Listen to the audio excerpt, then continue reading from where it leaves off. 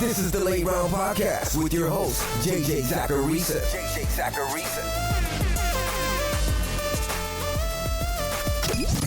What's up, everyone? It's JJ Zacharisa, and this is episode 619 of the Late Round Fantasy Football Podcast, sponsored by FanDuel.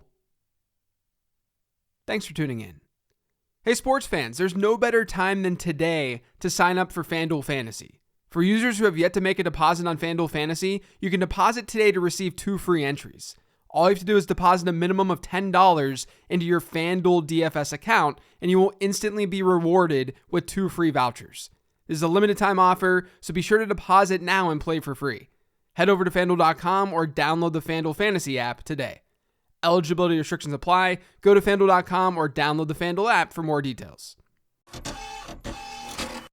The first question this week is from Twitter. It's from @McClungFara.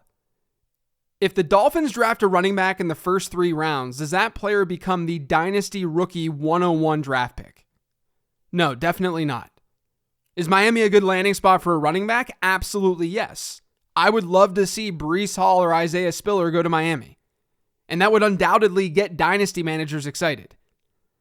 But number one, we have to remember that draft capital matters here. Lumping the first 3 rounds together doesn't do us that much good. Because there's a big difference between a first-round running back to a second-round running back to a third-round one. Third-round running backs, we're getting into questionable prospects in that range. Now, if the question was in the first 2 rounds, then maybe there's more of a question. But I don't let landing spot dictate things that drastically.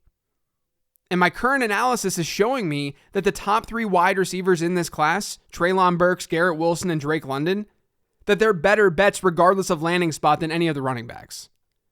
That's where I'm at right now. Talent matters. How we view these prospects, it matters. We should be buying into the player, not the player's situation. Because way more often than not, dramatically changing your stance based on situation is going to hand you an L in the long run.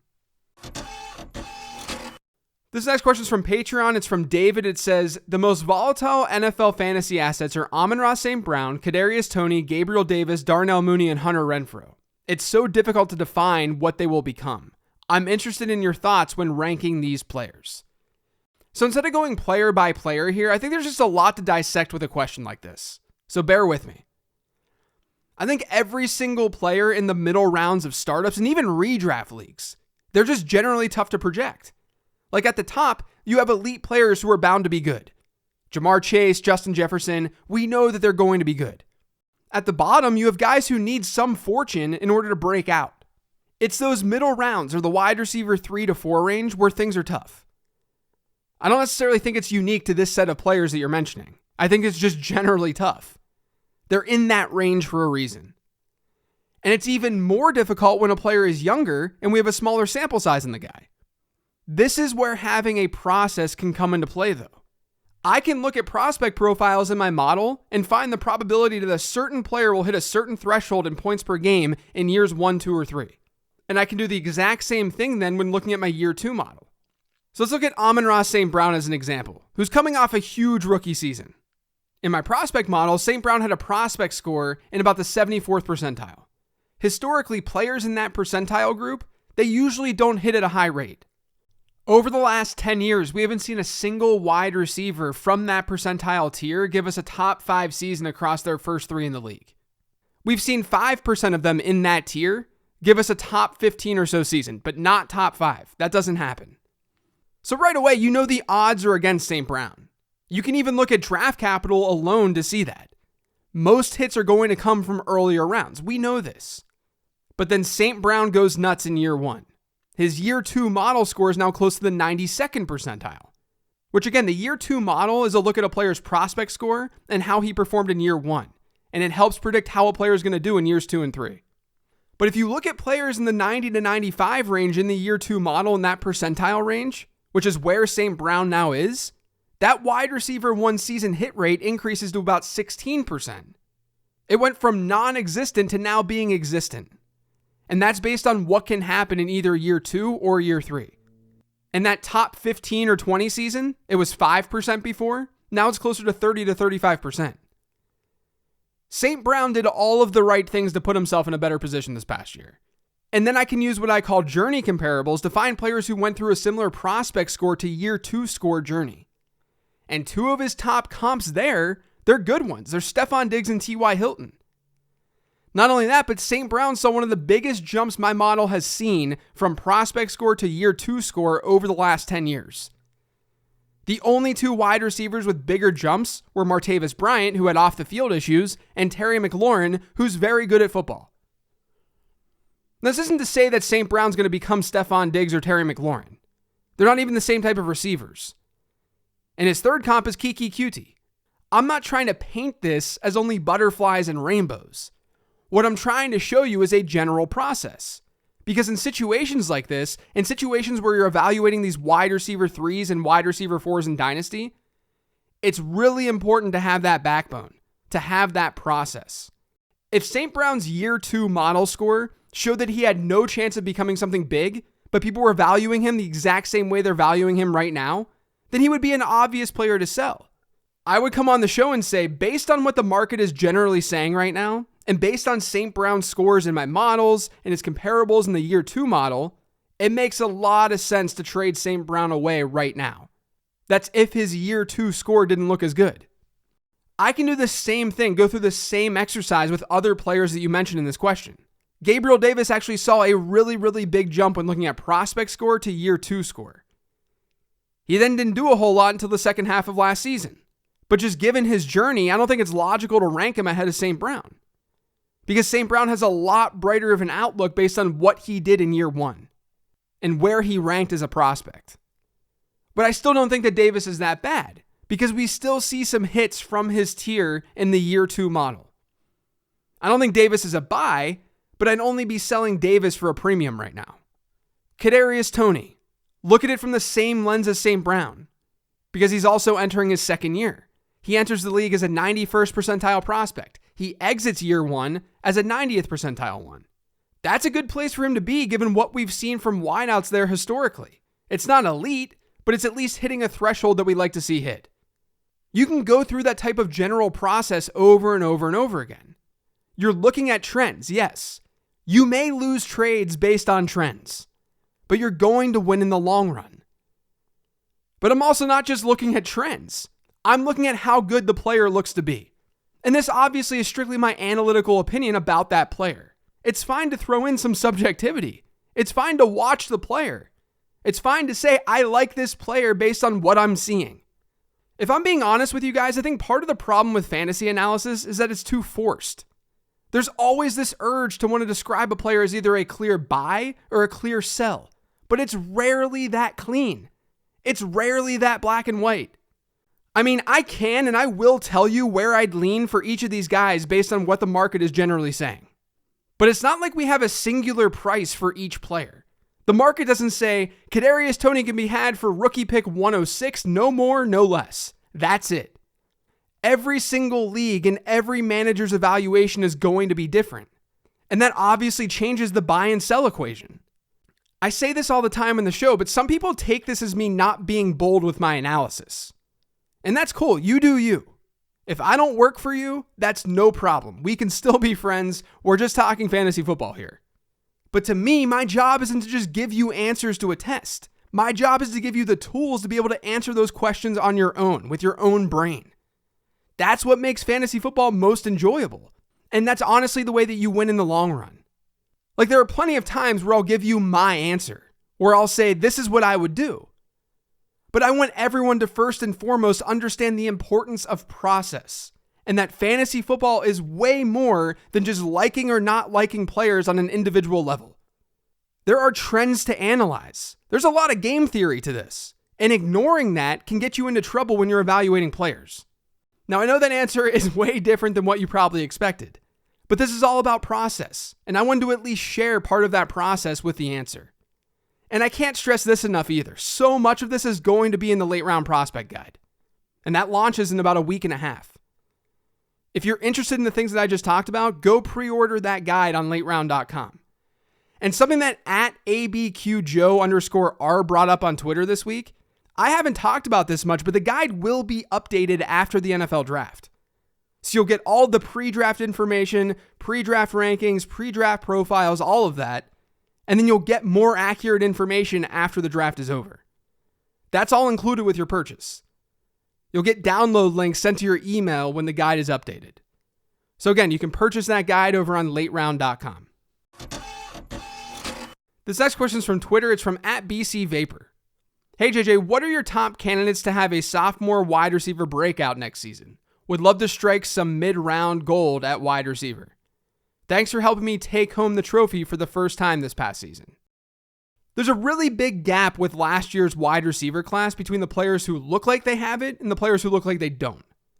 There's not a whole lot of gray area. Just to give you an example of what I mean, within my year 2 model, there's only one player who ranks in the 80th to 90th percentile in year 2 score wide receiver, and that's Rondale Moore. But Moore is also really, really, really close to the 90th percentile. It goes from Rondale Moore all the way down to Nico Collins. And when you get to Collins, you get a player whose odds of giving you a really, really good sophomore year, they're not very high. Things basically get cut off after Rondale Moore. And the players above Moore are the ones that you would expect.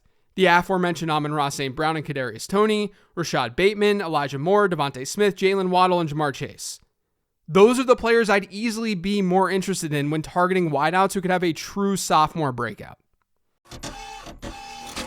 This next question is from @MrGoodCat1509.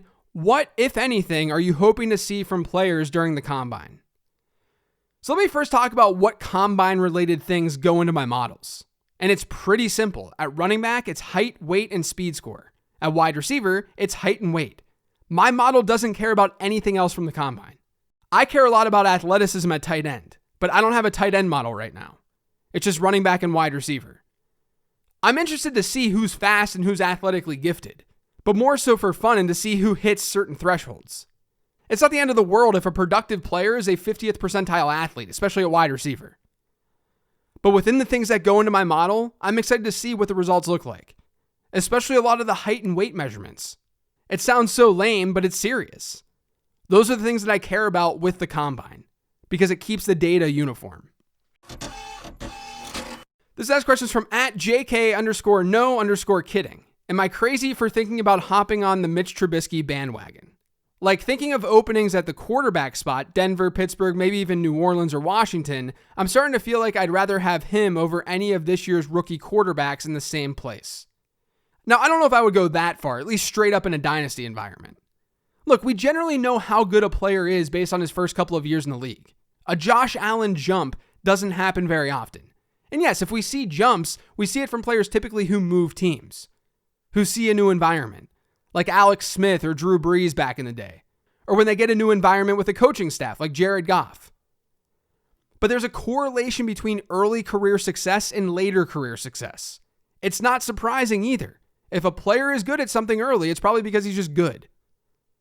Now, I think it's fine to throw a dart at Trubisky, but I almost feel like it's getting to the point where the fantasy community is going to end up overvaluing him. And while people are throwing darts at Trubisky and making his cost go up, I may be more inclined to throw them at Marcus Mariota, who has a similar profile in terms of how he generates fantasy points if he becomes a starter. I think it's easy to get excited about these players, but it's always good to remember that Ryan Tannehill situations, they don't happen very often. And not only that, but a player like Tannehill had more success than Trubisky in the first place. This last question is from Patreon. It's from Nick, and it sort of is tied into that previous one. It says, is Trevor Lawrence a buy right now? I feel like he had a decent rookie year, even though he led the league in interceptions. But it seems the fantasy community is more obsessed with Lance's development. Is the market appropriately valuing Trevor Lawrence? So DynastyLeagueFootball.com's ADP has Trevor Lawrence at QB 14, when Trey Lance is QB 8, Justin Fields is QB 10. And the difference between the three of them is like 20 picks. There's like 8 picks from Lance to Fields, and then another 13 or so from Fields to Lawrence. That's in single quarterback leagues.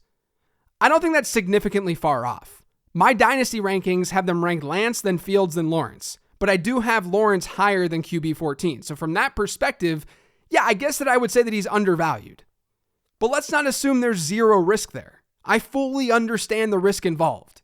If you look at historical rookie numbers, it's tough to find a whole lot of hits who had as bad of a rookie season as Trevor Lawrence just had. Among the 47 quarterbacks with 300 or more attempts as rookies since 2000, Lawrence was 32nd in adjusted net yards per attempt. And that's in a more friendly league, a more pass-friendly league. And the only real hits who ranked below him were Matthew Stafford and Josh Allen. And I already talked about Josh Allen being a huge outlier. But I think that you can look at this situation objectively and say, Trevor Lawrence was working with absolute garbage. The coaching staff was a joke. The pass catching situation wasn't ideal. And there were injuries in that situation too. It's not like he walked into a situation that Trey Lance is walking into. Now, would I rather have Lance or Fields at this point? Yes. Because again, there's the what if for Trevor Lawrence of what if he's actually just not very good? And honestly, history is not on his side. And we know that Lance and Fields are going to bring more to the table for fantasy purposes because of what they can do with their legs. But there are at least some things to latch onto with Lawrence to make you feel like he can bounce back. He was an elite prospect. His situation was one of the worst you could imagine for a rookie quarterback when you consider the coaching staff. And the Jags themselves, they scored touchdowns in a really weird way in 2021. Don't forget that either. Natural regression will help Lawrence's numbers as well. The Jags had a pass-to-rush touchdown ratio last year that was under 1. They had more rushing touchdowns than passing touchdowns. The average ratio across the league last year was 1.8. The Jags were at 0.9. So I guess technically I think that he's a buy, but I do think it would be very team dependent. There are some dynasty rosters where I'd want to buy into that variance, but there's some that I'd rather stay away. That's going to do it for today's show. Thanks to all of you for listening. If you've yet to subscribe to the Late Round Fantasy Football Podcast, make sure you are by searching for it pretty much anywhere podcasts can be found. And don't forget to follow me on Twitter @LateRoundQB. Thanks for listening, everyone. I hope you enjoy the Combine this weekend. I will talk to you next week.